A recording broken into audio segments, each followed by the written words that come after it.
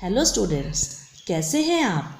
आज की हिंदी कक्षा में आपका हार्दिक स्वागत है। तो आइए शुरू करते हैं आज का ये सेशन। आज हम मेघला पुस्तक में संकलित कक्षा 8वीं का पाठ 3 पथ की पहचान पढ़ेंगे। पाठ 3 पथ की पहचान, जो कि एक कविता है। इसके कवि हैं हरिवंश राय बच्चन। कविता शुरू करने से पहले हम इसके ऑब्जेक्टिव्स जान लेते हैं। नंबर 1, अपने पथ यानी लक्ष्य को निर्धारित करना।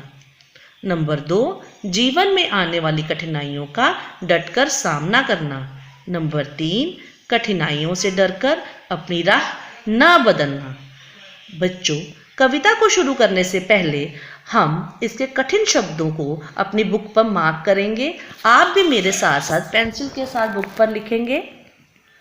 जीवन यापन के लिए यानी जीवन गुजारने के लिए।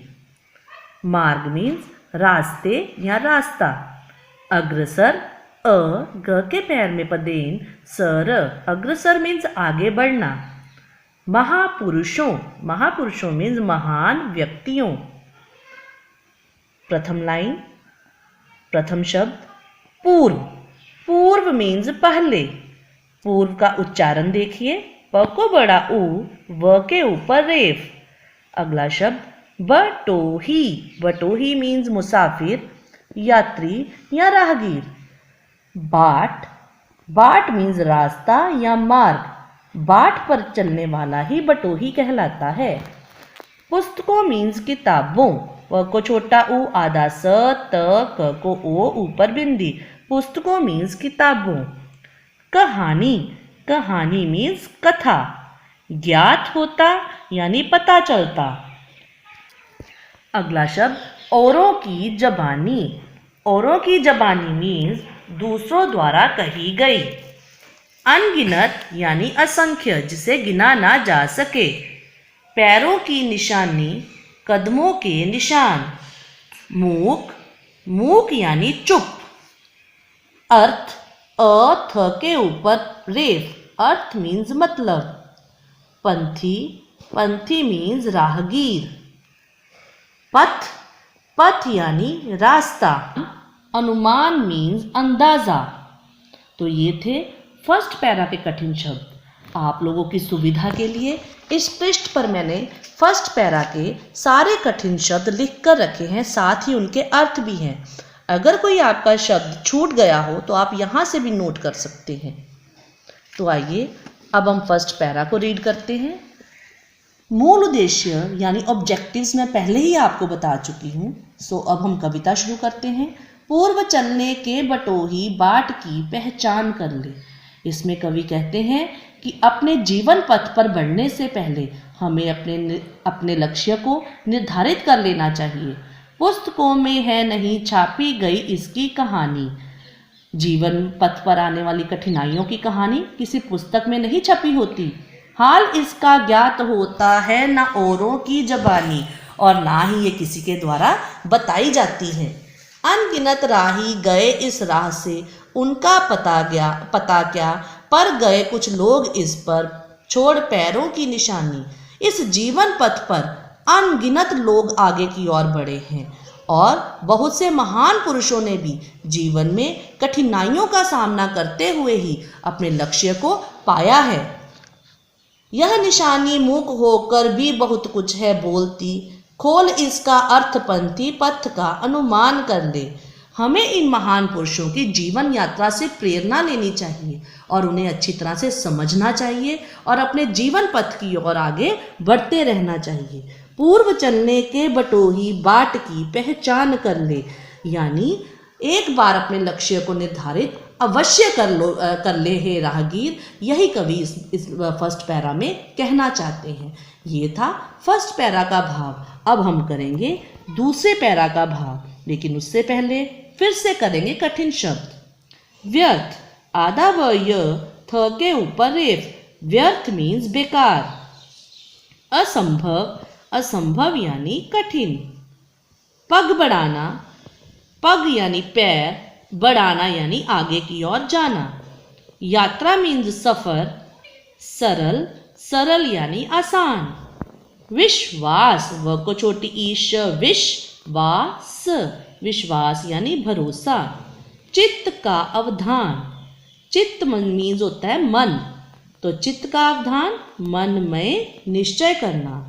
तो जैसे मैंने आपको फर्स्ट पैरा के कठिन शब्द करवाए थे, वैसे ही मैंने दूसरे पैरा के भी जो शब्द अर्थ है इस पेज पर लिख कर रखे हैं, आप देख सकते हैं, आप यहाँ से भी नोट कर सकते हैं। तो आइए अब करते हैं इस सेकंड पैरा का भाव। यह बुरा है या कि अच्छा, व्यर्थ दिन इस पर बिताना। एक बार अपने लक्ष्य को निर्धारित कर लेने के बाद उसके अच्छे और बुरे पर विचार करना व्यर्थ है। अब असंभव छोड़िए पथ दूसरे पर पग बढ़ाना, और अपने चुने गए लक्ष्य को, अपने कार्य को असंभव यानी कठिन मानकर उसे राह में ही छोड़ देना और दूसरे राह की ओर आगे बढ़ जाना, ये अच्छा नहीं है। तू इसे अच्छा समझ, यात्रा सरल इससे बनेगी। अपने चुने गए लक्ष्य को या कार्य को ही सबसे श्रेष्ठ मानकर उस पर आगे की ओर बढ़ते जाना चाहिए, तभी तुम्हारी जो जीवन यात्रा है वो सरल बनेगी। सोच मत केवल तुझे ही यह पड़ा मन में बिठाना। तू अपने मन में ये मत सोच कि जीवन में आने वाली कठिनाइयों का सामना केवल तुझे ही करना पड़ा है। हर सफल पंथी यही विश्वास ले, इस पर बड़ा है। इस जीवन पथ पर बढ़ने वाला हर सफल पंथी, हर सफल राहगीर, उसे भी इन कठिनाइयों का सामना करना पड़ा है। तू इसी पर आज अपने चित्त का अवधान कर ले, पूर्व चलने के बटोही बाट की पहचान कर ले। इसलिए हे राहगीर, अपने मन को दृढ़ बना, दृढ़ निश्चय के साथ अपने चुने गए लक्ष्य और कार्य की ओर आगे बढ़ता जा। पूर्व चलने के बटोही बाट की पहचान कर ले। एक बार जीवन पथ पर आगे बढ़ने से पहले अपने चुने गए लक्ष्य को अवश्य निर्धारित कर ले। ये कवि ने इसका भावार्थ कहा है। फर्स्ट पैरा और सेकंड को पैरा हमने आज के सेशन में किया है। अगले सेशन में हम अगला काम करेंगे। अब हम इससे संबंधित एक्सरसाइजेस को सॉल्व करेंगे। Page number 25। मौखिक कार्य, सही उच्चारण कीजिए। ये सारे कठिन शब्द मैं आपको पेज नंबर 22 और 23 पर करवा चुकी हूँ। सो डिस्कस भी किए हैं साइड बाय साइड। अब आप इन्हें दोहराएंगे। सोचिए और बताइए। प्रथम प्रश्न, किसी भी रास्ते पर चलने से पहले हमें क्या करना चाहिए? कविता का शीर्षक सोचिए, उसी समय आपको इसका उत्तर पता चल जाएगा। और हर पैरा के लास्ट में कवि ने बार बार इन पंक्तियों को दोहराया है। किसी भी रास्ते पर चलने से पहले हमें अपने पथ की पहचान कर लेनी चाहिए। पुस्तकों में कवि ने किसकी कहानी न छपने की बात कही है? बार बार कवि जीवन में आने वाली कठिनाइयों की बात कर रहा है। तो जीवन में आने वाली कठिनाइयों को ही हम इसका आधार बनाएंगे और प्रश्न का उत्तर देंगे। पुस्तक में कवि ने जीवन की कठिनाइयों की कहानी न छपने की बात कही है। आगे हम करेंगे लिखित कार्य। फर्स्ट एक्सरसाइज, दिए गए प्रश्नों के लिए सही विकल्प चुनिए। विकल्प चुनिए मतलब MCQs। बटोही से क्या तात्पर्य है? फकीर, राहगीर या जादूगर? बटोही यानी राहगीर। इसके पर्यायवाची 3 शब्द मैंने आपको प्रथम पंक्ति में बताए थे, राहगीर, मुसाफिर या यात्री। बाट किसे कहते हैं? बाट पर चलने वाला बटोही हुआ। तो बाट क्या हुआ? रास्ता, नदी या पहाड़? रास्ता। रास्ते में किसकी भांति चुभने वाले कांटे मिलने की बात कवि ने कही है? बाण जैसे, भाले जैसे या बबूल जैसे? बाण जैसे। कविता के रचनाकार यानी कवि अयोध्या सिंह उपाध्याय, हरिवंश राय बच्चन या जयशंकर प्रसाद? हरिवंश राय बच्चन।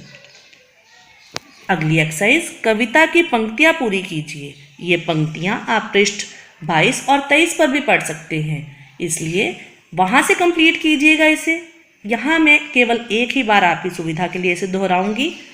पुस्तकों में है नहीं छापी गई इसकी कहानी, हाल इसका ज्ञात होता है न औरों की जबानी।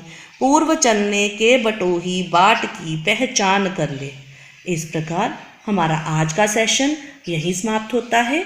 अगले सेशन तक आप पृष्ठ 22 और 23 को 2 बार दोहराएंगे और साथ ही साथ किए गए कठिन शब्दों को अपनी कॉपी पर रिवाइज करेंगे। धन्यवाद।